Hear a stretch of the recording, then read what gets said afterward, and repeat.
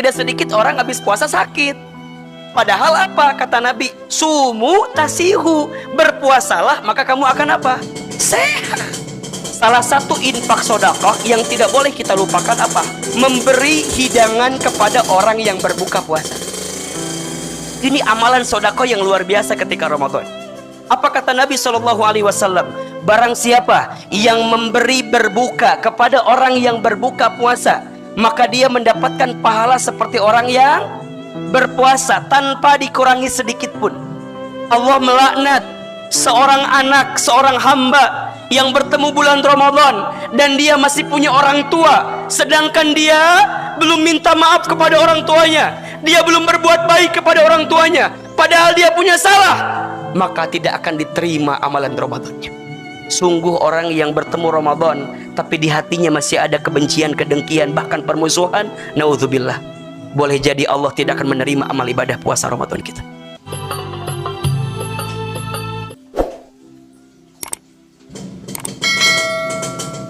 Ustaz, kalau kita ingin mendapatkan keistimewaan bulan Ramadan, maka bekal apa atau hal apa yang perlu kita siapkan dari sekarang selagi masih ada waktu? Bismillah, dengan izin Allah. Apa persiapannya? Tolong catat, setidaknya ada 5 persiapan atau 5 bekal yang harus kita hadirkan sebelum kita bertemu dengan Ramadan. 1, bekalnya bekal iman, karena perintah ibadah puasa itu hanya ditunjukkan kepada siapa? Orang beriman. Maka iman kita pastikan untuk bertemu dengan bulan Ramadan. Kenapa Ahilman ingetin masalah iman? Karena iman itu punya sifat naik turun. Al-imanu yazidu wa yanqusu. Iman itu naik dan iman itu turun.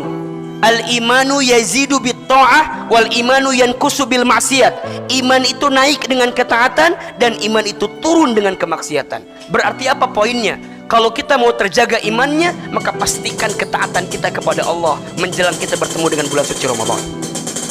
2, bekal yang harus Bapak Ibu siapkan adalah amal. Berarti hari ini buat agenda amal Ramadan kita.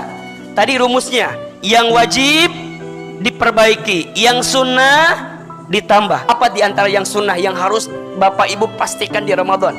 Jangan sampai kita bertemu Ramadan tapi kita tidak baca Al-Quran. Rugi sekali jika ada orang yang bertemu Ramadan tapi dia tidak baca Quran. Kenapa? Karena Ramadan itu kata para ulama menjadi mulia, salah satunya karena waktu itu Al-Quran diturunkan. Kalau seandainya Al-Quran tak diturunkan di bulan Ramadan, belum tentu Ramadan menjadi bulan yang mulia. Ustadz, berapa kali kira-kira kita harus baca Quran? Sebanyak-banyaknya. Makin banyak makin bagus. Boleh nggak kita ngulang-ngulang hafalan? Walaupun bacaannya sama, ya boleh, silahkan. Tapi kalau mau khatam mah nggak, silahkan, bagus ya. Tapi harus tartil juga bacaannya, bagus, silahkan. Bisa atau enggak? Bisa. Niat aja dulu. Kenapa niat dulu? Jangan mengecilkan niat dalam agama ini. Setiap amal tergantung niat. Bahkan yang luar biasa, niat itu kalau kebaikan belum dilakukan dapat 1 pahala. Ketika nanti dilakukan, berapa pahalanya? 10 pahala kebaikan.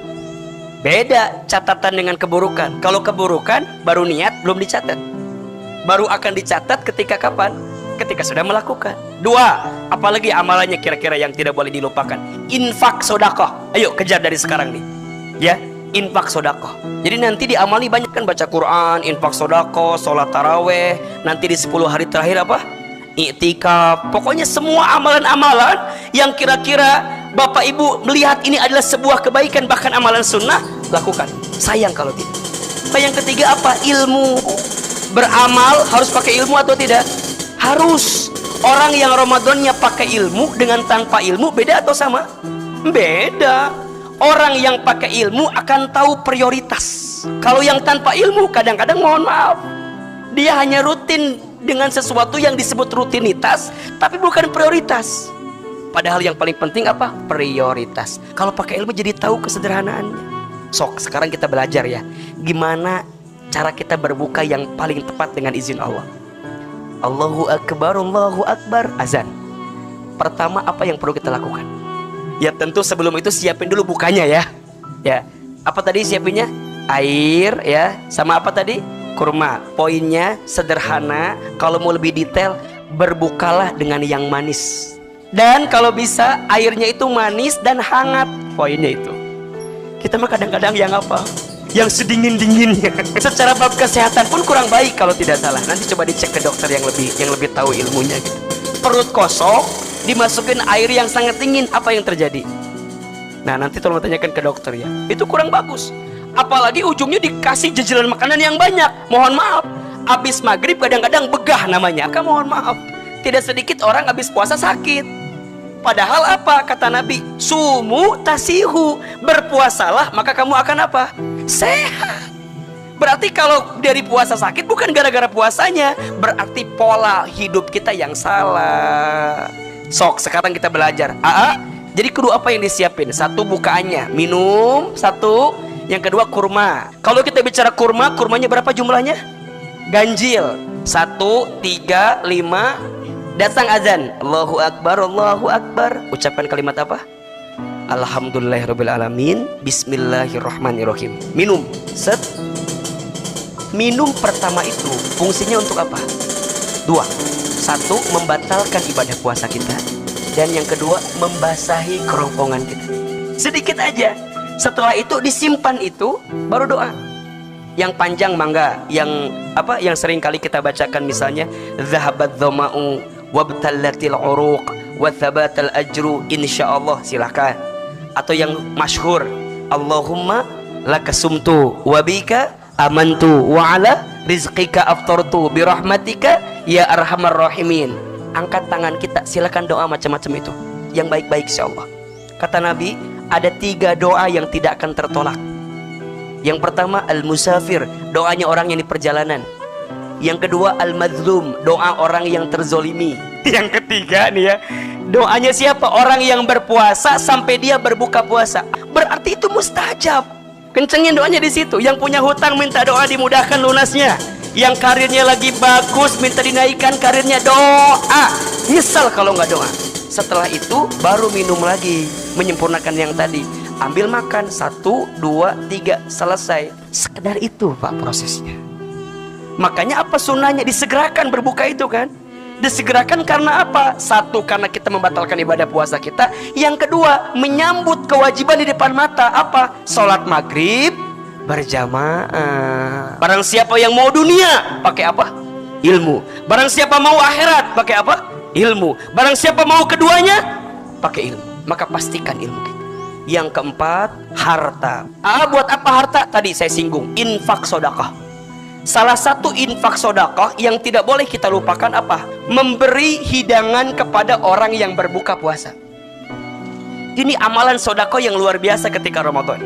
Apa kata Nabi SAW? Barang siapa yang memberi berbuka kepada orang yang berbuka puasa, maka dia mendapatkan pahala seperti orang yang berpuasa tanpa dikurangi sedikit pun.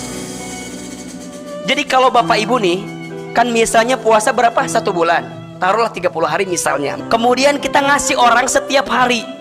Berarti kalau setiap hari dapat berapa tuh? 30 juga. Berarti seakan-akan kita puasa berapa hari? 60. Nah, Ustadz, yang dimaksud hidangan itu harus mewah, harus mahal, atau seperti apa? Ternyata pertanyaan ini pernah disampaikan oleh para sahabat kepada Nabi SAW. Apa kata Nabi? Hatta engkau memberi setengah biji kurma saja, maka engkau sudah tercatat memberikan hidangan kepada orang yang berbuka puasa. Dan yang terakhir, ini bungkusannya, hati. Sebelum bertemu Ramadan, bersihkan hati kita. Karena tidak mungkin seseorang bisa bertemu dengan kesucian Ramadan sedangkan hatinya masih kotor. Apa diantaranya ahilman?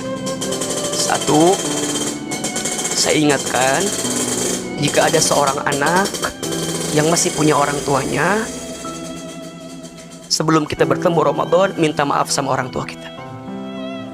Karena kata Nabi SAW, salah satunya ya, dikisahkan satu kali Nabi itu pernah naik mimbar.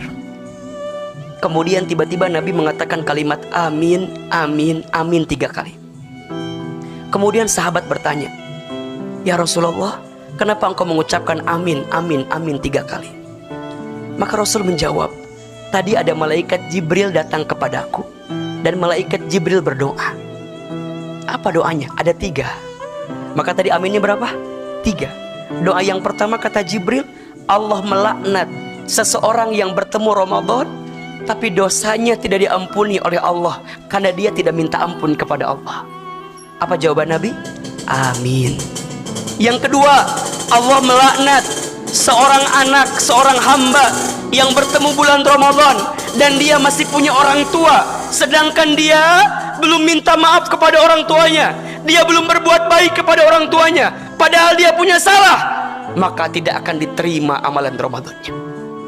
Dan yang ketiga, Allah melaknat orang yang disebutkan nama Rasulullah Sallallahu Alaihi Wasallam, tapi dia tidak mau bersolawat kepada Rasulullah Sallallahu Alaihi Wasallam. Maka Rasul mengatakan apa? Amin. Ada poin yang kedua tadi. Jika ada seorang anak yang masih punya orang tuanya dan dia tidak berbuat baik dan dia malah punya salah dan belum minta maaf, tidak akan diterima amal ibadah puasa Ramadannya.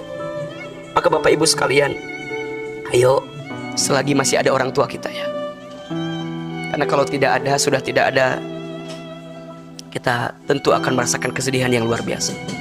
Saya yakin yang paling membuat kita ingat dengan suasana Ramadan adalah orang tua kita kan. Maka selagi kita masih punya orang tua, ayo berbuat baik sama orang tua kita. Minta maaf.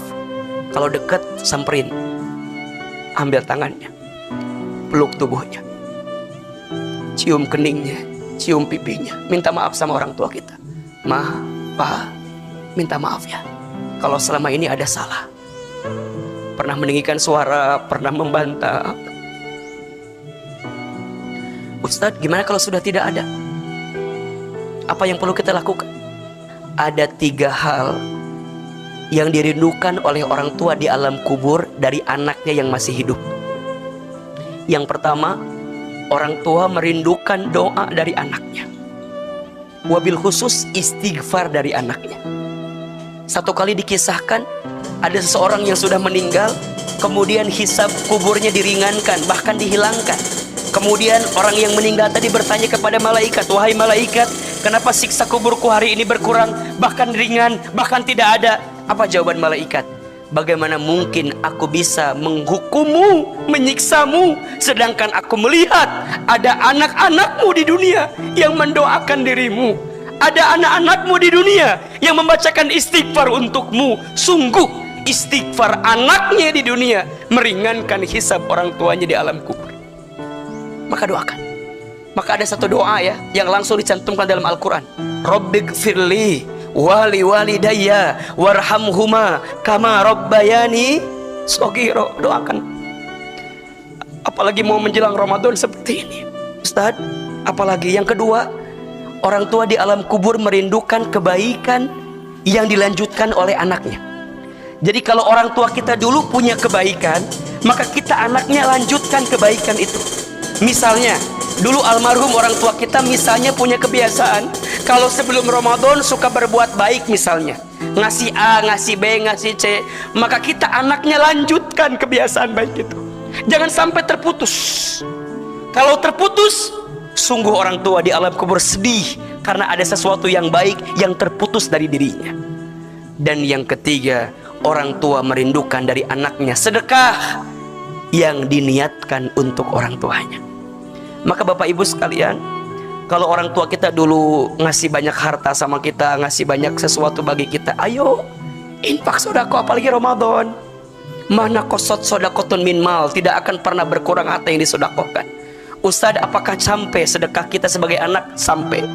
Satu kali dikisahkan, sahabat bernama Sa'ad bin Ubadah radhiyallahu an. Beliau bertanya kepada Nabi SAW, ya Rasulullah, aku ingin berbuat baik kepada ibuku. Kata Nabi, ya sudah, berbuat baik saja. Ya Rasul, tapi ibuku sudah wafat. Apakah bisa aku berbuat baik kepada ibuku walaupun ibuku sudah wafat? Kata Rasul, bisa. Bagaimana caranya? Kata Sa'ad, bersedekahlah atas nama ibumu. Kemudian sedekah apa ya Rasul yang akan terus mengalir untuk ibuku? Kata Rasul, sedekah air. Maksudnya bagaimana ya Rasulullah? Kata Rasul, bangunkan sumur atas nama ibumu.